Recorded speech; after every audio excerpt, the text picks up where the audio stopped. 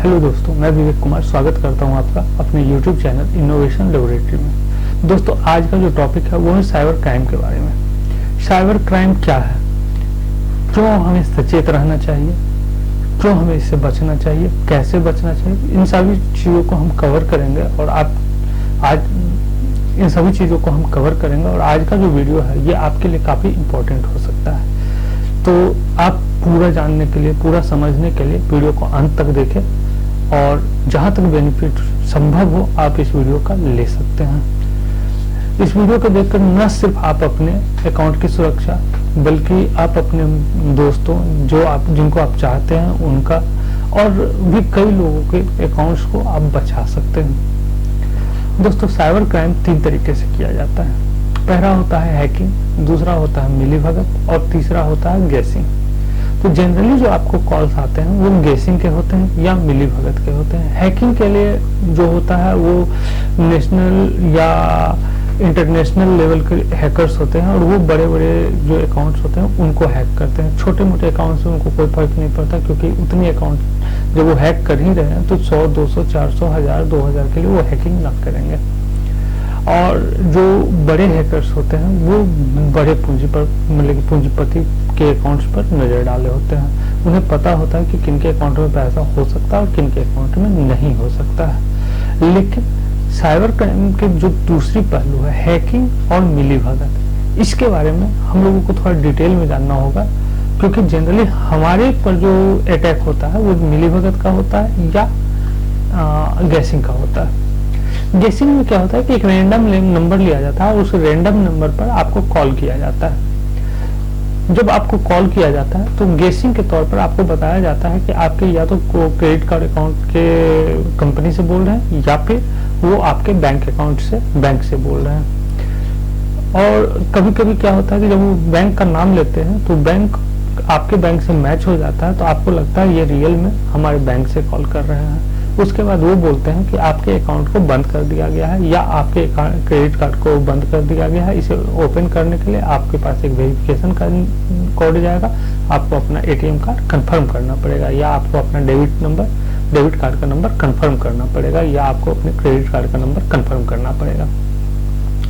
इसके बाद वो आपसे आपके कार्ड का डिटेल्स मांगते हैं और आप सोचते हैं कि कार्ड का डिटेल्स लेकर वो क्या करेंगे और आप कार्ड का डिटेल्स दे देते हैं। इसके बाद आपके पास या तो ओटीपी आता है या अगर पिन सिस्टम नहीं है तो आप वो डायरेक्ट शॉपिंग कर चुके होते हैं और आपको चपत लग चुकी होती है।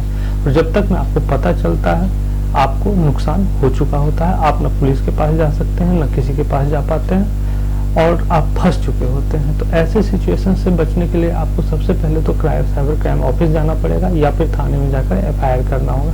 कई बार ऐसा देखा जाता है कि थाने वाले भी एफआईआर लेने से पुलिस स्टेशन में घबराते हैं। तो आपको संभल कर जाना है और उनको समझाना है कि भाई मेरे साथ ऐसा हुआ है, तो आप एक एफआईआर दर्ज कर लें। एफआईआर दर्ज करने के बाद वो एक्शन लेते हैं या फाइल को एक कचरे के डब्बे में डाल देते हैं।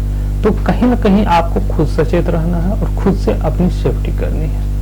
आपको किसी को भी अपने किसी भी कार्ड का डिटेल्स नहीं देना है। आपको बहलाया इस तरह से जाएगा कि आपको लगेगा कि ये रियल में मेरे अकाउंट का वेरिफिकेशन के पर्पज से कॉल आया है, लेकिन ऐसा नहीं होता है।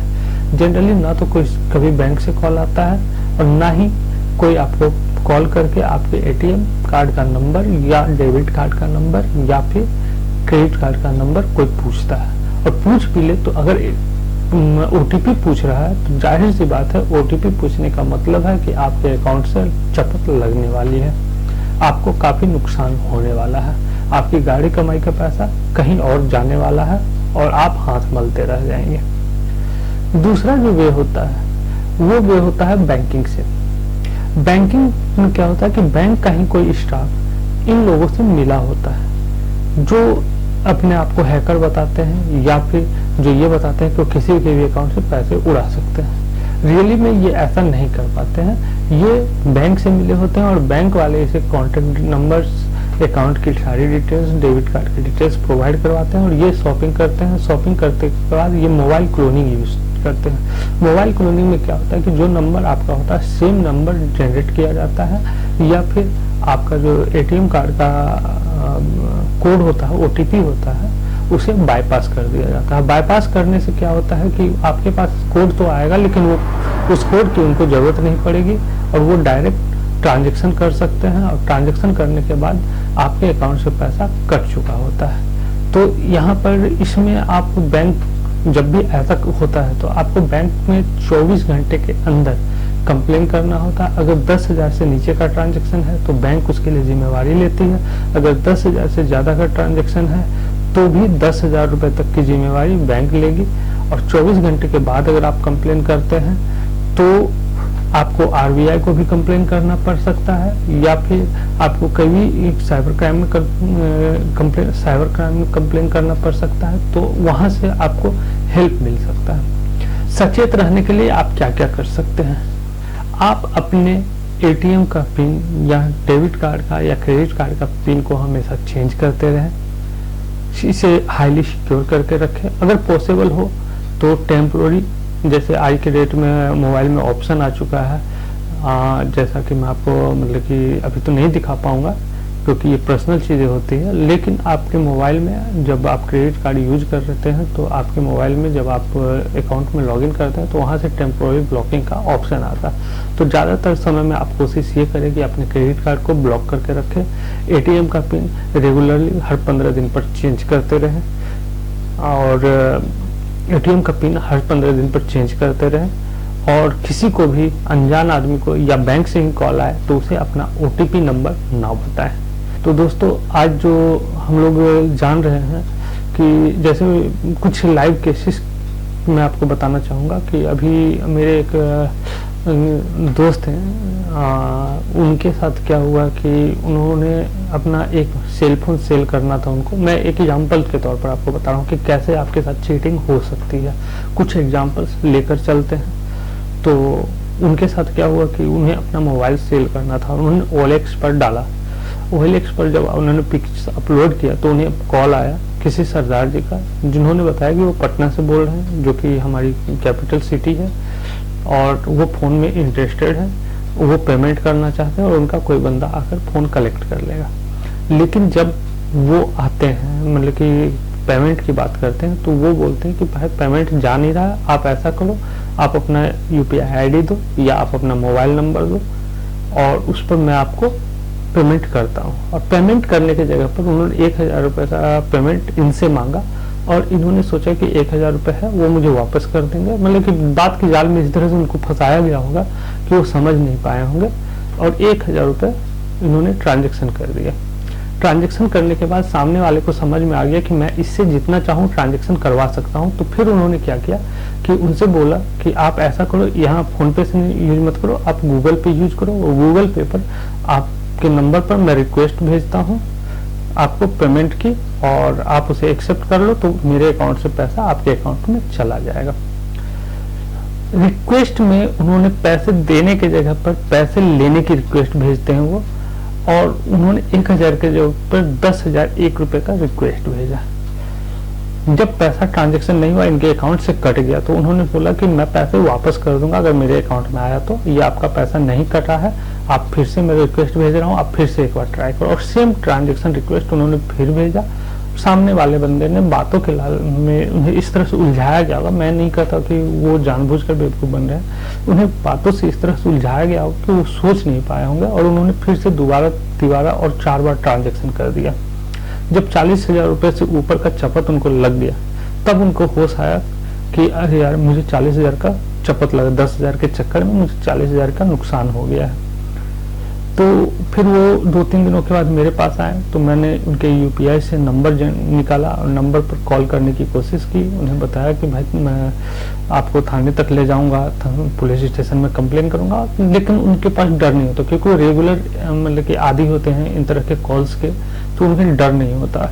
तो उन्होंने कोई एक्शन नहीं लिया। फिर मैंने जो मेरे फ्रेंड थे उनको मैंने बोला कि आप FIR कर दो, बाकी ये पुलिस ही कुछ कर सकते हैं या साइबर क्राइम वाले कुछ कर सकते हैं, इसमें अब हमारे हाथ का कुछ नहीं रहा। सामने वाला इतना आसानी से आपको पैसे नहीं दे वापस करेगा। दूसरा जो केस था वो भी मेरे पास की ही करीबी का ही था।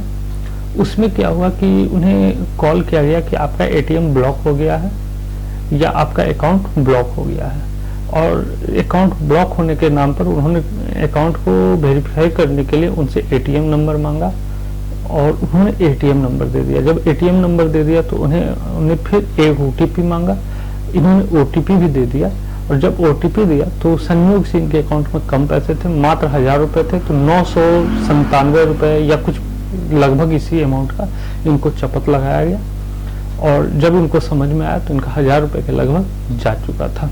तो दोस्तों, दो केसेस को मैंने आपको लेकर बस ये समझाने की कोशिश की है कि कोई भी आपका एटीएम कार्ड का डिटेल्स मांगता है या बैंक अकाउंट का डिटेल्स मांगता है या आपको कहता है कि आपका क्रेडिट कार्ड अप्रूव हो गया है वगैरह वगैरह, बैंकिंग से रिलेटेड कोई भी कॉल आता है तो प्लीज एंटरटेन ना करें। एंटरटेन करने के बाद आप वो अपनी बातों में उलझा सकते हैं, कई बार वो आपको नुकसान करवा सकते हैं और कई बार आप बच भी सकते हैं, आप अपनी इंटेलिजेंस यूज कर सकते हैं। लेकिन बहुत सारे केसेस में ऐसा पाया गया है कि आप जानते हैं कि आप गलत कर रहे हैं, लेकिन आपको बातों में इस तरह से उलझाया जाता है कि आप बातों में फंसकर अपना नुकसान करवा चुके होते हैं।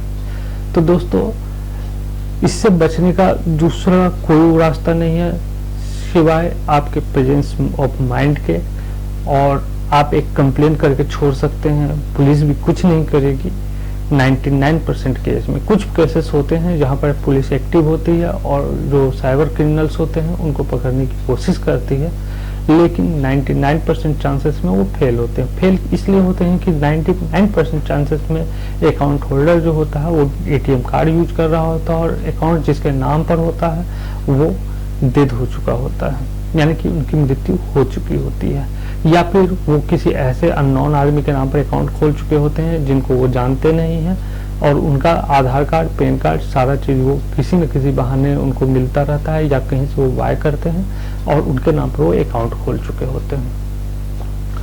हैकिंग से भी आपको सावधान रहना है, और हैकिंग के लिए आपको जो इंटरनेट बैंकिंग है आपका, उसका आईडी पासवर्ड हमेशा चेंज करते रहना है ताकि आपका ID most of the time secure रहे, और अपने मोबाइल या अपने लैपटॉप पर आप कोई भी फालतू की चीज इंस्टॉल ना करें, फालतू की साइट्स ना देखें, वहां से स्पाईवेयर्स आपके फोन या आपके लैपटॉप में इंस्टॉल हो सकते हैं और वो आपके पर्सनल इंफॉर्मेशन को शेयर कर सकते हैं। लेकिन ऐसे केसेस में क्या होगा कि आपके जो पर्सनल इंफॉर्मेशन है जब लीक होता है तो सामने वाला को आपके यूजर आईडी और पासवर्ड भी जाने का खतरा होता है, और इस केस में भी वो हैक करके आपके अकाउंट को नील कर सकते हैं। तो आपको सचेत रहना आपका काम है। तो दोस्तों, आज हमने आपको बताया कि हैकिंग से आप कैसे सावधान रहेंगे, अपने अकाउंट से अपनी गाड़ी कमाई को आप कैसे बचा सकते हैं और कैसे आपके बैंक खाते को हैक किया जाता है। तो दोस्तों, आज का वीडियो यहीं तक। अगले वीडियो में हम फिर मिलेंगे किसी अगले टॉपिक के साथ। तब तक के लिए धन्यवाद। दोस्तों, एक रिक्वेस्ट है कि अगर वीडियो आपको अच्छा लगा तो लाइक, सब्सक्राइब और शेयर करना बिल्कुल ना भूलें। Thank you.